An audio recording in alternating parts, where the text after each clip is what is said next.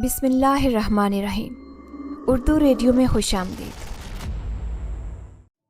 گھر میں شہنائیاں بج رہے تھے۔ آج میری کزن عروسہ کی شادی تھی۔ میں سارے گھر میں کام کرتی پھر رہی تھی۔ مجھے اتنا بھی ہوش نہیں تھا کہ میں کپڑے ہی بدل سکتی۔ آخر میرا خیال کرنے والا تھا ہی کون؟ میں ایک یتیم لاوارث لڑکی تھی۔ کبھی مجھے کہتے کہ 10 کپ چائے بنا دو، تو کبھی کہتے کہ 15 کپ۔ صبح سے میں کچن میں کھڑی تھی۔ چائے بنانے کی ذمہ داری سے آزاد ہوتی تو کھانے کے گندے برتنوں کا ڈھیر میرے سامنے پھینکتے تھے کہ جلدی جلدی دھو لو اور مہمانوں کو کھانا بھی کھلانا ہے۔ آج نہ جانے کیوں میری آنکھوں میں بار بار نمی آ رہی تھی۔ میں اس لیے اداس تھی کہ میں اپنے آپ کو بے حد تنہا محسوس کر رہی تھی۔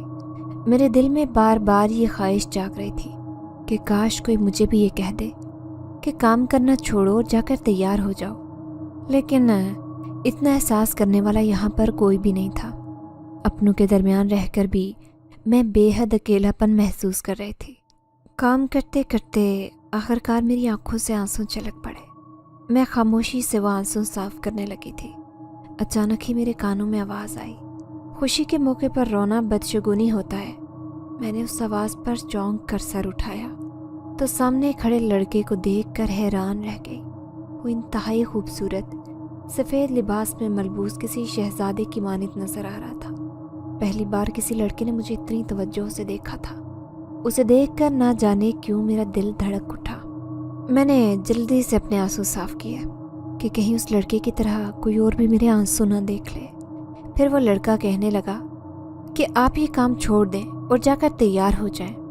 میں اداسی سے کہنے لگی کہ اگر میں یہ کام نہیں کروں گی تو کوئی بھی نہیں کرے گا، میری ممانی میری جان لے لے گی۔ پھر اس نے وہاں سے گزرتی ایک لڑکی کو بلایا اور اس سے کہنے لگا، اس لڑکی کو لے جاؤ اور اچھے سے تیار کر دو۔ میں حیران ہوئی۔ وہ لڑکی آئی اور میرا ہاتھ پکڑ کر مجھے اپنے ساتھ لے گئی۔ وہ لڑکی کوئی مہمان تھی، میں اسے نہیں جانتی تھی۔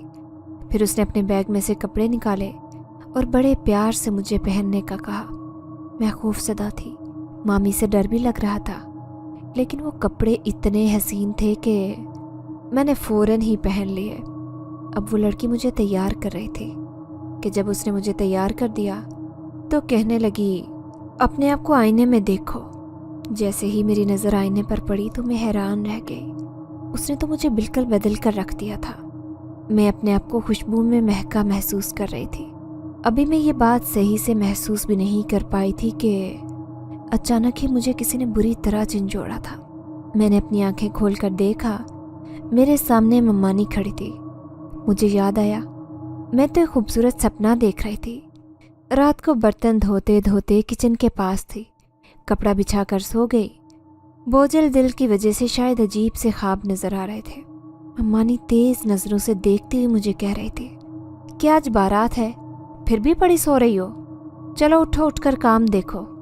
میں نے اپنے آپ کو بخار میں تپتا محسوس کیا، لیکن ممانی کے خوف سے کام کرنے لگی۔